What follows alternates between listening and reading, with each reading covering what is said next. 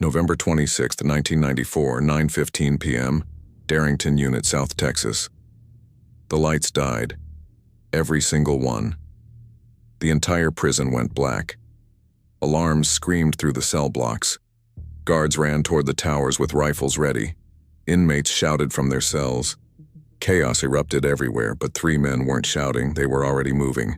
They had been planning this for months, counting every patrol, timing every shift change, studying every weakness in the system. Their plan was simple: cut the fences and run before the guards could surround them. It was a gamble few had ever attempted at Darrington, one of the most violent prisons in Texas.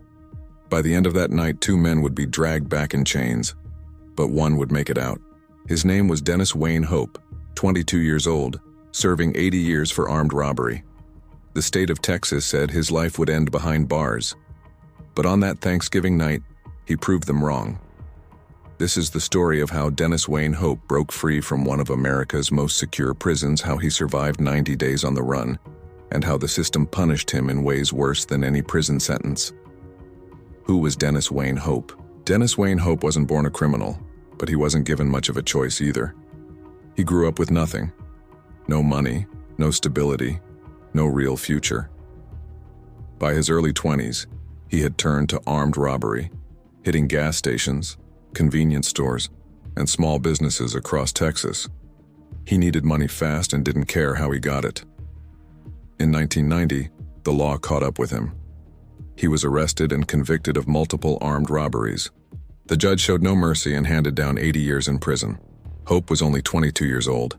Do the math. He would be 102 when his sentence ended, if he even lived that long. There was no realistic chance of parole. His entire life had just been erased. But here's something most people don't know. This wasn't Hope's first escape attempt. Before arriving at Darrington, he had already tried once. He was caught while training for a triathlon, or at least that's what he told the guards. He claimed he was just running laps and getting in shape, but really, he was testing his endurance, measuring how far he could run before exhaustion hit. They caught him anyway and added 10 more years to his sentence. Now he had 90 years total.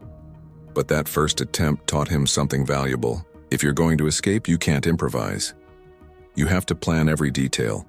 You have to be smarter than the system, and you have to be ready to run faster and farther than anyone expects. So when the prison bus dropped him off at Darrington Unit in South Texas, Hope knew exactly what kind of place he was walking into. Darrington wasn't just any prison. It was one of the most violent units in the entire state. More than 2,000 inmates were housed there, and most of them were serving life sentences or decades for violent crimes. The facility also operated the 3rd largest hog farm in the world, which meant inmates worked brutal hours in the Texas heat.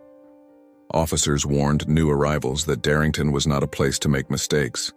The reception was immediate and terrifying. As Hope walked through the gates, prisoners shouted at the new arrivals from their cells. They called them fresh meat. They made threats from the cell runs, testing to see who would break first. Hope kept his eyes forward and followed the line through intake. His head was shaved. He was given state-issued clothes and a number. He was assigned to a cell and quickly learned the unwritten rules that governed life inside. The rules were simple but absolute. Do not stare at another inmate.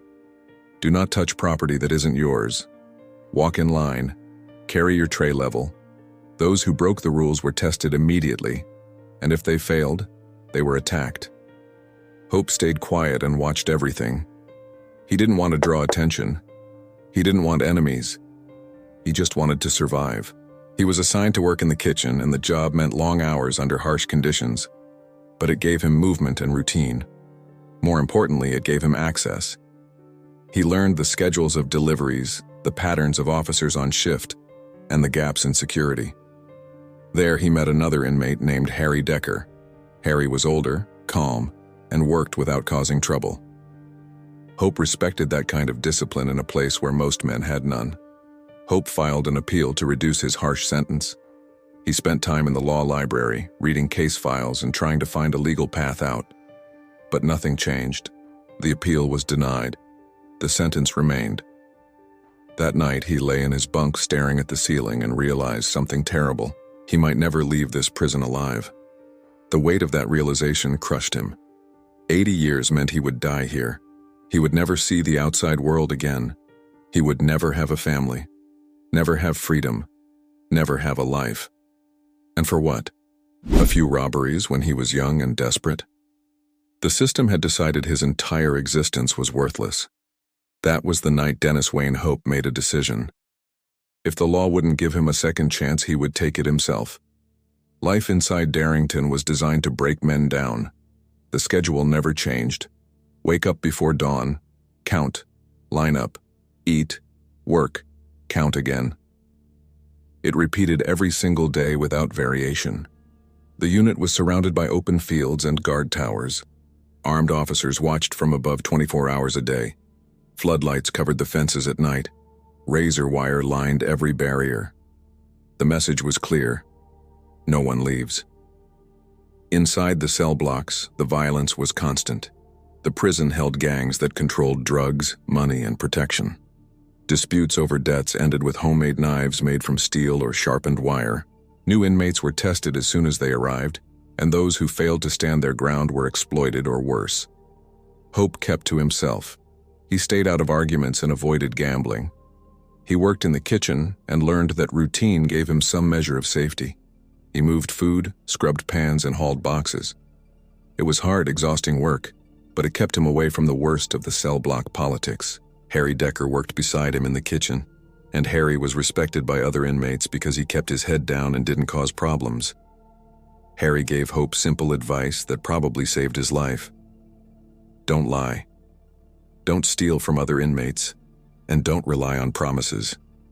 Hope listened carefully because in a place where most words meant nothing, Harry's advice carried real weight. But even with the routine and the discipline, the threat of violence never left. The riot in the mid-90s proved that. One moment, the cell block was loud with shouting and normal prison noise. The next moment, inmates were bleeding on the floor. Guards used extreme force to regain control. Bodies were carried out on stretchers. Hope saw it firsthand and understood in that moment how little control he had over his own survival. If the wrong group targeted him, there would be no warning, no appeal, no chance to defend himself. He would just be another body carried out on a stretcher. From that day forward, Hope stopped thinking about years or decades. He stopped hoping for appeals or parole. He began to think about opportunities, about weaknesses in the system, about ways out. He didn't know how or when it would happen, but he knew he had to find a way to escape. And so he began collecting information, piece by piece, day by day. Every movement inside the unit followed a pattern, and Hope paid attention to all of it. He watched how long the chow hall doors stayed open during mealtimes. He counted the minutes between tower checks. He timed the shift changes of officers at the perimeter. He noticed which guards were alert and which ones were lazy. He studied the fences, the lights, the blind spots in the cameras. The prison had a standard response whenever an escape was reported. Sirens went off immediately. The towers locked their sights on the fields. A 5-mile perimeter was thrown up around the unit within minutes. Patrol cars and tracking dogs covered the area. Hope saw it happen when other inmates made attempts. Some were reckless, others were poorly planned. None of them got far. They were caught within hours, sometimes within minutes. But each failure gave Hope more information about how the system reacted, where the weak points were, and what mistakes to avoid. That was when he set himself a rule. If he ever went for the fence, he had to be outside that 5-mile perimeter within 30 minutes. If he couldn't do that, he'd be caught just like everyone else. So Hope began running every day with that time in his head. He treated every yard session as a test. Could he cover the distance fast enough? Could he maintain his pace without breaking down? His background in cross-country running gave him an advantage, but years in prison had taken away his conditioning. He forced himself to rebuild his endurance until 5 miles in 30 minutes became routine. He pushed through pain, through exhaustion, through the Texas heat. He ran until his lungs burned and his legs screamed, and then he ran more. The next step was gathering tools. The fences were reinforced with razor wire. Cutting through them with bare hands was impossible.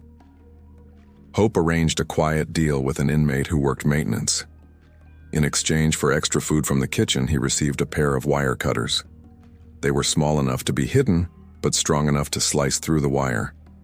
He tested them behind the kitchen where a storage cage held the ice machine. With no one watching, he clipped a strand of wire. The cut was clean and sharp. The tool would work. He returned the cutters to the freezer, hidden beneath boxes of frozen meat where no guard would ever look. To give himself more leverage, he later added copper pipes over the handles, turning them into extended grips that would let him cut faster and with more force. But getting through the fences wasn't the only challenge. Dogs were used on every manhunt, and Hope knew they would be released as soon as the alarm went off. He prepared for that as well. He cut strips from prison blankets to tie around his legs, both as padding against the razor wire and as a way to mask his scent. He stole socks from the laundry and filled them with cayenne pepper from the kitchen. He believed the spice would throw off the dog's sense of smell long enough to buy him distance.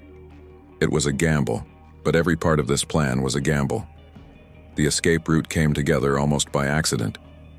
One afternoon in the prison chapel, he picked up a church brochure that had been left on the floor. On the back was a map of the area surrounding the unit.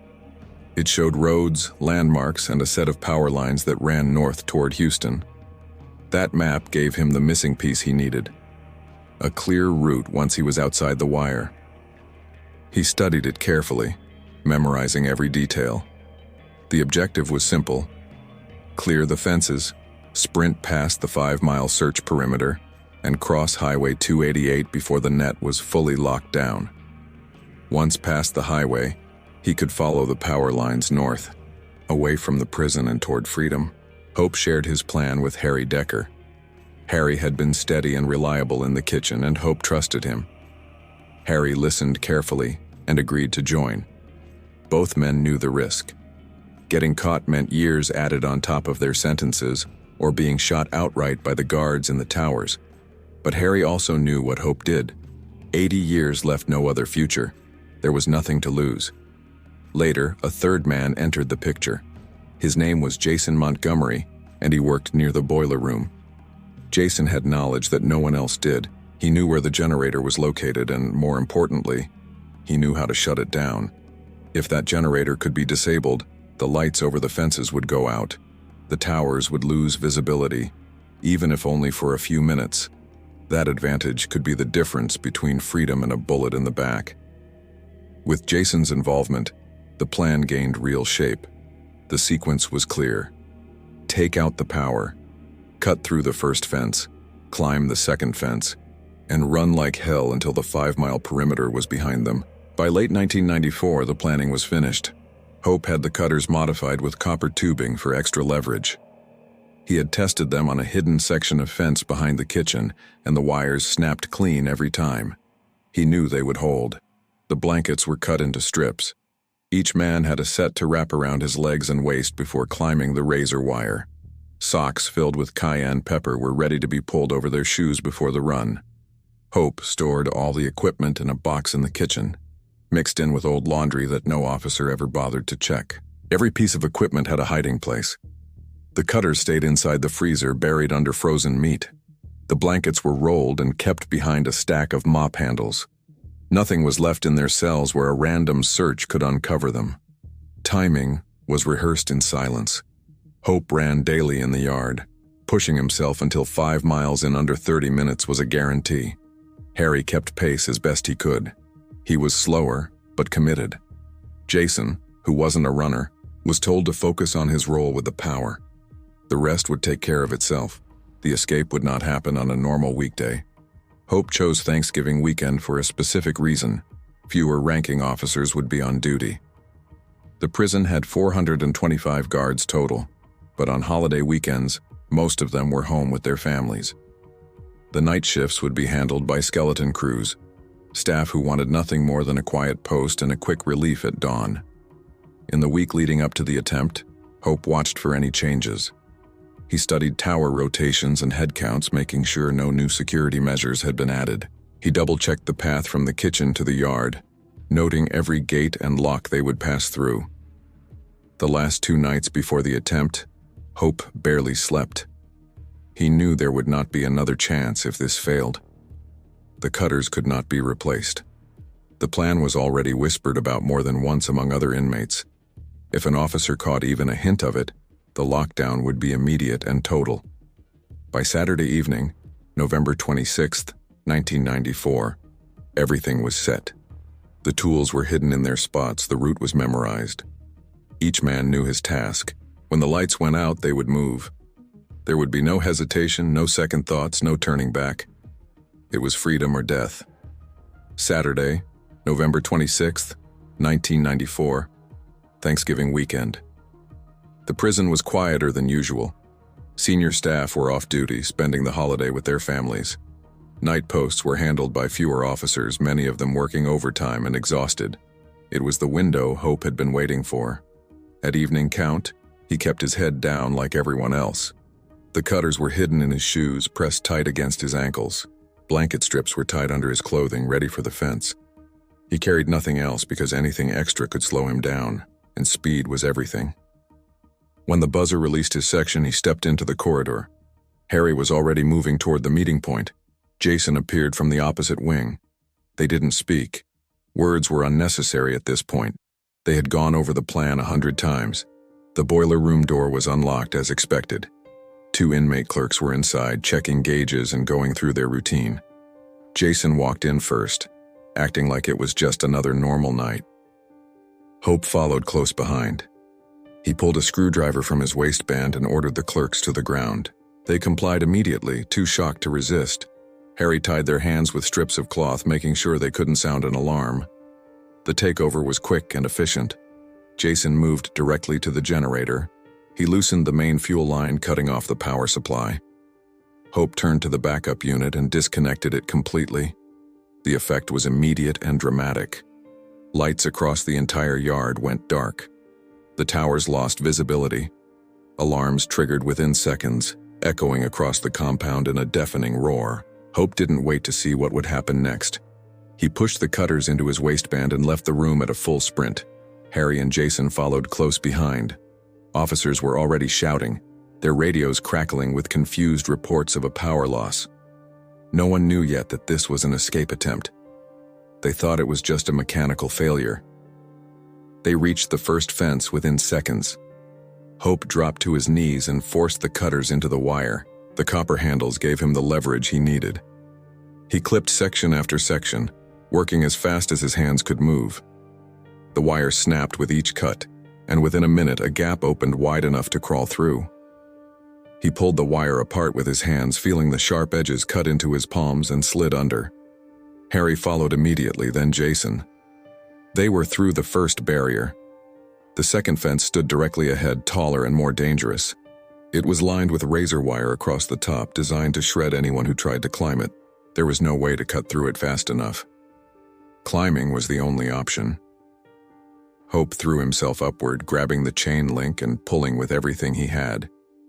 His blanket strips caught the razor wire but held. He swung one leg over the top, shifted his weight carefully, and dropped to the ground outside. His coat tore, and he felt blood on his hands, but he was free. He was outside the prison. Harry went next, but he slowed halfway up. His clothing caught in the razor wire and he was stuck at the top, unable to move forward or backward. Shots rang out from the tower. The guards had finally realized what was happening. Dirt kicked up around them as bullets hit the ground. Without hesitation, Hope ran back to the fence. He grabbed Harry by the arm and pulled hard until the fabric ripped loose. Harry tumbled over the side and hit the ground hard. Jason climbed last, moving as fast as he could while the gunfire grew closer and more accurate. By now, the towers had confirmed movement and were aiming directly at them. Orders were shouted into radios. Sirens changed pitch. The escape was no longer hidden. Every guard in the prison knew what was happening. Hope hit the ground running the moment Jason cleared the fence. He sprinted toward the open field beyond the barriers, his legs pumping as fast as they could go. Harry struggled behind him, limping from his fall. Jason was slower still, already winded and falling behind. The gunfire followed them into the darkness, bullets cracking through the air. Hope didn't look back. He couldn't. Every second mattered now. The escape had begun, and every second from this point forward would decide whether they lived or died. The second fence was behind them now. Ahead lay open fields stretching out into the Texas night. The floodlights were still out, but the towers had already opened fire. Radios crackled across the unit as officers scrambled to block every possible exit. Hope didn't slow down. He sprinted into the darkness, his lungs burning and his legs screaming. He knew exactly what was coming. Within minutes, a 5-mile perimeter would be sealed around the prison. Patrol cars, tracking dogs, and armed teams would close off the entire area. If he didn't clear that line in half an hour, he would be caught. There was no margin for error. Harry was struggling badly after his fall from the fence. His limp slowed him down with every step. Jason was even further behind, winded and completely out of rhythm. Hope pushed forward alone. He had no choice. The ground was flat and exposed. Every step felt visible, like running under a spotlight. Shots cracked from the towers. Some struck the dirt within yards of him. He kept his pace, focusing only on distance, on getting as far away as possible. Behind him, officers shouted orders to hold the perimeter line. Within minutes, searchlights mounted on vehicles swept across the field. Engines roared to life. The sound of barking dogs carried through the air. Hope veered toward the power lines he had memorized from the church brochure map. They would guide him north toward Houston, away from the prison. Crossing the fields, he kept moving without stopping. He didn't stop for Harry or Jason. He didn't look back at the towers. The plan allowed no time for hesitation or second thoughts. The perimeter was forming behind him. Officers spread along the outer roads. Patrols set positions at key intersections. Radios confirmed sightings of movement. The net was closing fast. Hope ran harder, drawing on every ounce of endurance he had built up over months of training. 5 miles in 30 minutes was the rule. If he could stay ahead of the dogs and reach the highway, he would be outside the net. The lights of Highway 288 came into view in the distance. Cars moved along it, completely unaware of the escape underway less than a mile away. Hope dropped low and crawled the last stretch, keeping his body below the level of the headlights. When a gap opened in the traffic, he crossed on all fours, moving like an animal through the grass. From a distance, he looked like a coyote or wild dog. No vehicle stopped. No officer fired. Once across the highway, he stood again and kept running. The 5-mile line was behind him. The prison was still in chaos, sirens blaring and lights sweeping the fields, but he was out. He had cleared the perimeter. Harry and Jason would not make it. They were caught within the search zone in the following days, dragged back to the prison in chains. But Hope was the only one who cleared the perimeter. From that moment forward, he was officially a fugitive. The real chase was just beginning. Hope cleared the highway and kept running. He didn't stop until the lights of the prison were far behind him, nothing more than a faint glow on the horizon. By then, the dogs were loose and vehicles were combing the area, but he was already outside the net they had thrown up. He moved cautiously through back roads and thick brush until morning came. At first, he had nothing but the clothes on his body and the wire cutters he had carried out. No food, no money, and no safe place to hide. He was completely alone. Within a day, he made his first move. On a rural road outside Houston, he flagged down an elderly man driving a pickup truck. The man was 83 years old, just trying to get home. When he stopped to help, Hope climbed inside and ordered him to drive. He didn't have a weapon, but he acted as if he did, and that was enough. The man complied out of fear. Hope took his wallet and the truck, then left him on the roadside, shaken but unharmed. The wallet gave him a small amount of cash, but it wasn't nearly enough. He needed more money to stay ahead of law enforcement. In a nearby town, he walked into a store he had robbed years before, back when he was a free man committing the crimes that landed him in prison. At the counter, he pulled out a BB gun he had bought from a local shop. It looked real, and in the moment, that was all that mattered. He ordered the clerk to empty the safe. The money went into a bag, and he left before alarms could trigger any police response. It worked perfectly. The clerk never questioned whether the gun was real. Hope repeated the method at other stores across Dallas and later in Memphis. Quick entries, fast demands, cash taken, and out the door before anyone could react. The BB gun stayed hidden until the last possible second, and every clerk assumed it was a real firearm. The money gave him mobility and freedom. He bought new clothes to blend in. He rented cheap motel rooms where no one asked questions. He stayed constantly on the move, never spending more than a night or two in the same place. In Memphis, he used the stolen cash to live like a man who had nothing to worry about. He spent nights in bars and casinos, gambling and drinking. He dated women, spent money freely, and acted as if the massive manhunt wasn't closing in around him. For 90 days, Dennis Wayne Hope lived the life he had been denied in prison. He was free, and he was determined to enjoy every moment of it while it lasted. But the robberies drew attention. Each one left a trail. Police across Texas and Tennessee began linking the pattern to his past crimes. Investigators confirmed he was active again, and that meant he was close. They knew his methods, his habits, and his style. Every robbery narrowed the search area. Hope didn't seem to care. He was living in the moment, knowing it couldn't last forever. He was free, and for now, that was enough. The first confirmed sightings came quickly. Convenience stores and small businesses across Texas began reporting late-night robberies that all followed the same pattern. Witnesses described a man wearing dark clothes, often with his face partially covered by a hood or bandana. The method was always consistent. A weapon shown or strongly implied, money demanded in a calm voice, and no unnecessary words exchanged. It was the pattern of someone who had done this before, someone moving fast and leaving before police could respond. Investigators compared the reports from different jurisdictions. The height, the build, the mannerisms, and the speech patterns all pointed to Hope. Surveillance footage from grainy security cameras supported the connection. Each new robbery confirmed that the escapee was still out there and still desperate. Physical evidence started to accumulate quickly. One stolen car was abandoned on the outskirts of Dallas, left in a parking lot with the doors unlocked. Another stolen vehicle was later discovered in Tennessee, left on the side of a highway. Fingerprints lifted from inside the second vehicle matched Hope's prison records perfectly. That gave investigators a clear trail to follow. He had made it out of Texas and was heading east, probably trying to put as much distance as possible between himself and the prison.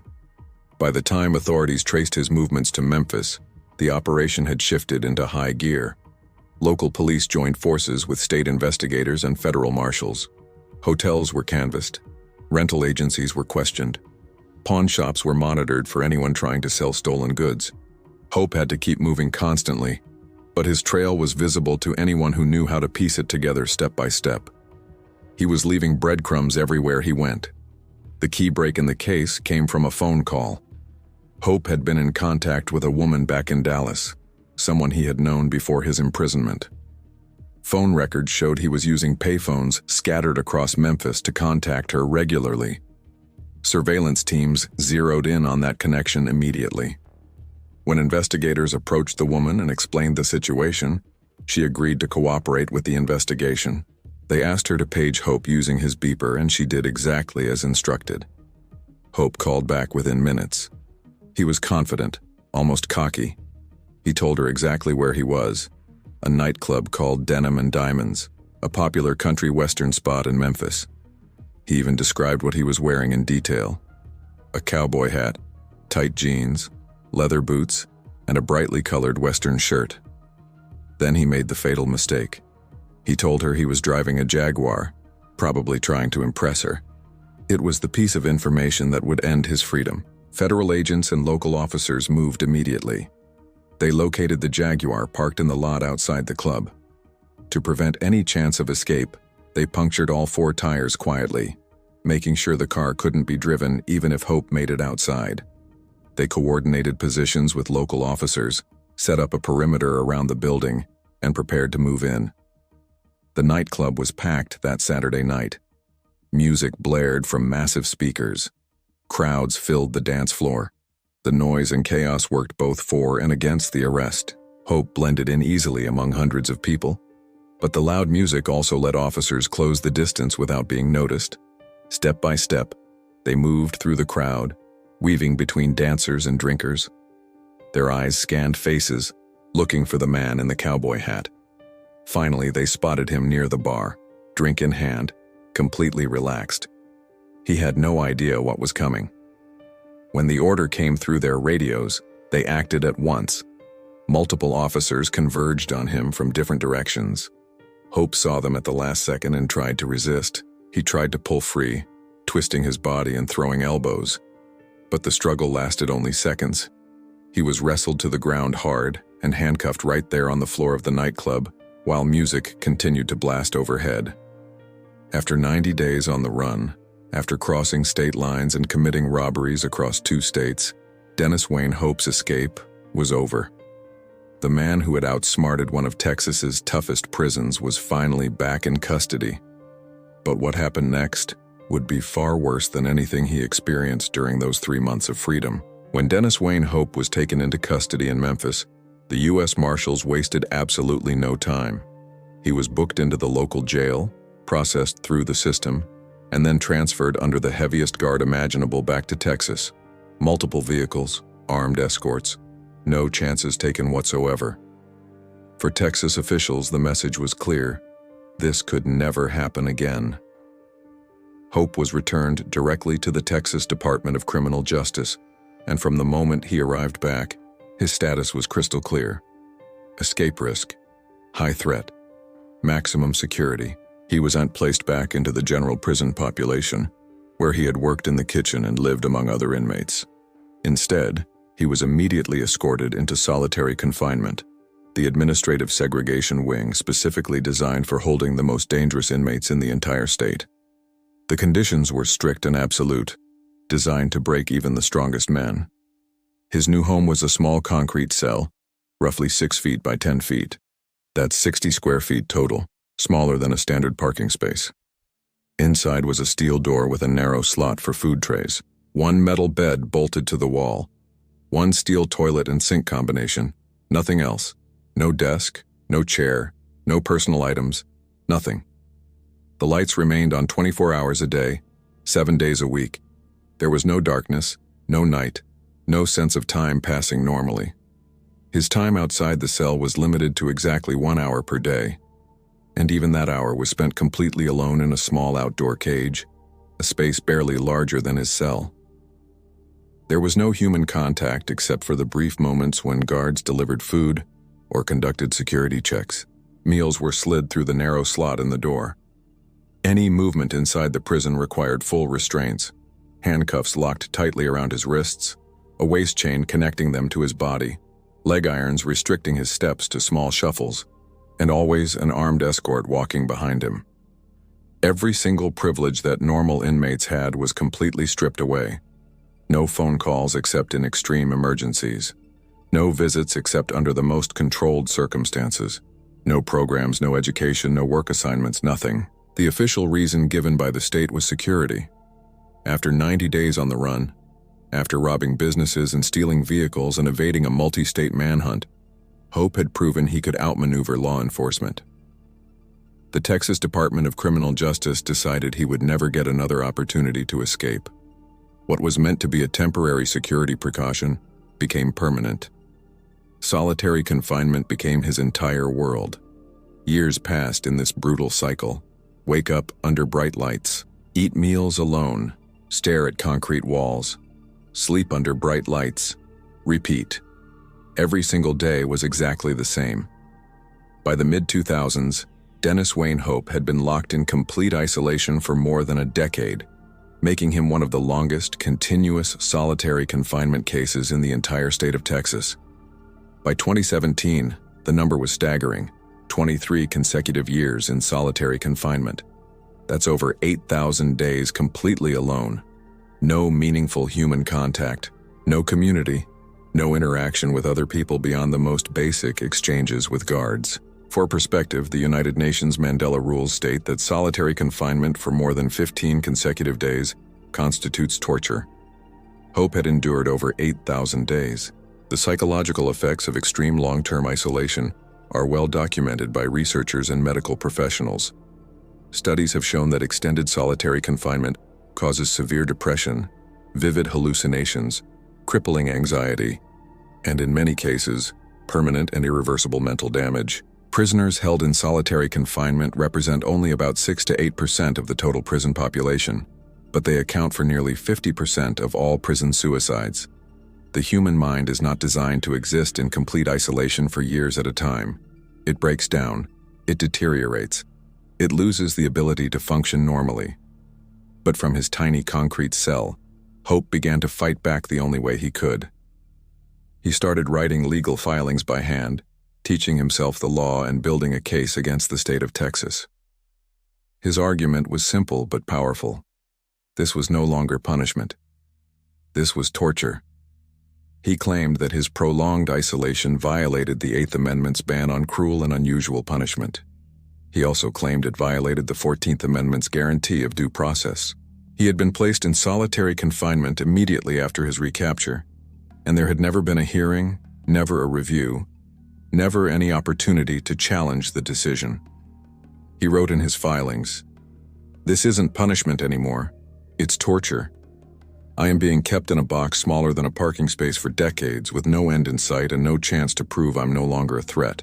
In 2017, his lawsuit finally gained serious attention. Prison reform experts and psychologists began testifying about the devastating effects of long-term solitary confinement. Mental health professionals explained to the courts that keeping a human being isolated for over 2 decades causes psychological damage that can never be fully repaired. Hope detailed his daily conditions in court filings, describing what it was like to live in a cell where he could take only a few steps in each direction, where he had no access to meaningful rehabilitation programs, no opportunity to re-enter the general prison population, and no clear path out of solitary confinement no matter how well he behaved. He argued that he had been effectively sentenced to live the rest of his entire life alone in a concrete box. The state of Texas responded aggressively to his lawsuit. They argued that his placement in solitary confinement was completely justified. Hope, they claimed, remained an escape risk because of his history. They pointed to his 1994 escape as proof that he posed a continuing threat to institutional security, and they argued that the only way to contain that threat was through indefinite segregation. They claimed that his comfort and mental health were secondary concerns compared to the security of the prison system. The case moved slowly through the federal court system. In 2022, the U.S. Fifth Circuit Court of Appeals finally considered his appeal in detail. The court did not dismiss his claims outright, which was significant. Instead, the judges acknowledged the seriousness of keeping a man isolated for more than 2 decades without any meaningful review of his status. The court ruled that his lawsuit had enough legal weight to proceed to trial, which was considered a rare victory for any prisoner challenging the conditions of solitary confinement. Most such cases are dismissed immediately. Hope's case then reached the United States Supreme Court in 2023. His lawyers asked the 9 justices to rule definitively on whether such extreme long-term isolation violated the Constitution. They argued that no human being should be kept in solitary confinement for 30 years without a compelling, ongoing justification. The case had the potential to set a major precedent that could affect thousands of prisoners across America who were being held in similar conditions. The Supreme Court ultimately declined to take the case, leaving the Fifth Circuit's limited ruling intact. It was a disappointment for Hope and prison reform advocates, but it wasn't a complete loss.